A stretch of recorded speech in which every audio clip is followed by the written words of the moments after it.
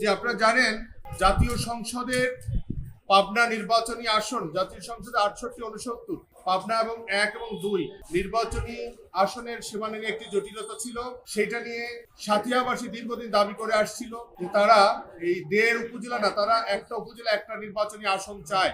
68কে একক নির্বাচনী আসন, পাবনা 1 নির্বাচনী আসন চায়। তারই ধারাবাহিকতায় আপনি জানেন নির্বাচন কমিশন যাচাই বাছাই অন্তে দুই পক্ষের শুনানি অন্তে বিগত 4/9/2025 তারিখে একটি গ্যাজেট দেয়।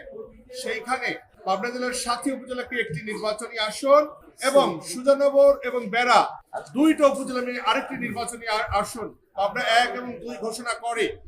পরবর্তীতে সংক্ষুব্ধ বেড়ার একজন জহিরুল ইসলাম তিনি মহামান্য সুপ্রিম কোর্টের হাইকোর্টে একটি রিট আবেদন করে নির্বাচন কমিশনের আদেশটি গ্যাজেটটি তারা স্থগিত করে দেয়। এবং আপনারা জানেন সেইটা নিয়ে উভয় পক্ষ থেকে, নির্বাচন কমিশনের পক্ষ থেকে এবং সাথিয়াবাসীর পক্ষ থেকে মহামান্য সুপ্রিম কোর্টের আপিলের ডিভিশনে একটি 2টা সিপি মামলা ফাইল করা হয়। সেটা লিভ ফর আপিল। হাইকোর্টের আদেশটি চ্যালেঞ্জ করে আপনারা জানেন দীর্ঘ শুনানি, গতকালকে সারাদিন শুনানি ছিল। মহামান্য আপিলের ডিভিশন আজকে কার্যতালিকায় এটি কি 1 নম্বর আইটেমে রেখে অত্যন্ত গুরুত্বের সাথে দীর্ঘ সময় শুনেছেন। আপনারা জানেন ওনারা দীর্ঘ শুনানির শেষে যেহেতু মহামান্য হাইকোর্টে নির্বাচন কমিশন আইন নির্বাচনের সীমানা নির্ধারণ 2021 তাকে চ্যালেঞ্জ করে এই আইনের 125-এর ক ধারা এবং 7 নম্বর ধারা চ্যালেঞ্জ করেছিল।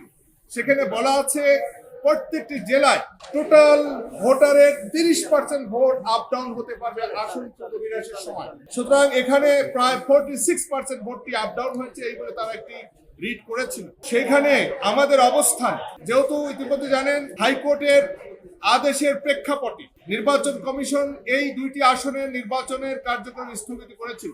অত্যাসন্ন আপকামিং ইলেকশনে যারা নির্বাচনমুখী মানুষ, যারা ভোটার দীর্ঘ 15, 16, 17 বছর যারা ভোট দিতে পারেন না, তারা খুব উৎসুক ছিল, তারা চিন্তা মুখর ছিল। মহামান্য সুপ্রিম কোর্টের আপিল বিভাগ নির্বাচন কমিশনের পক্ষে সকল বক্তব্য শুনে তারা একটি শর্ট অর্ডার দিয়েছে। শর্ট অর্ডারটি হচ্ছে এরকম: order has been passed from the appellate division Supreme Court of Bangladesh is that the upcoming election of the 12th February must be held. অর্থাৎ আগামী 12ই ফেব্রুয়ারি যে নির্ধারিত নির্বাচন এটা হতে হবে।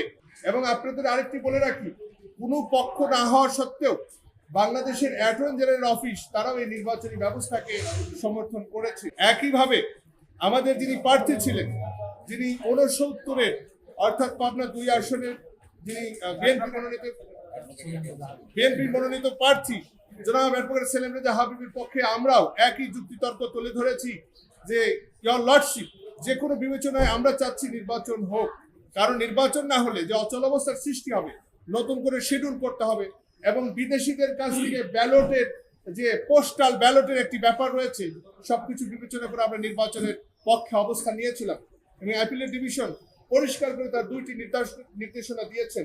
একটি হলো 68 অর্থাৎ পাবনা 1, জাতীয় সংসদের 69 অর্থাৎ Pabna 2, there election should be held according to the schedule. এবং সেটা কবে? 4/9/2025 তারিখে নির্বাচন কমিশন যে গ্যাজেট দিয়েছে সেই গ্যাজেট অনুযায়ী। যদিও আপনাদের বলে রাখি যে যারা এখানে রিটের পক্ষে ছিলেন, ব্যারিস্টার সানজিদ সিদ্দিক, তিনি জোরালো যুক্তি দেওয়ার চেষ্টা করেছেন।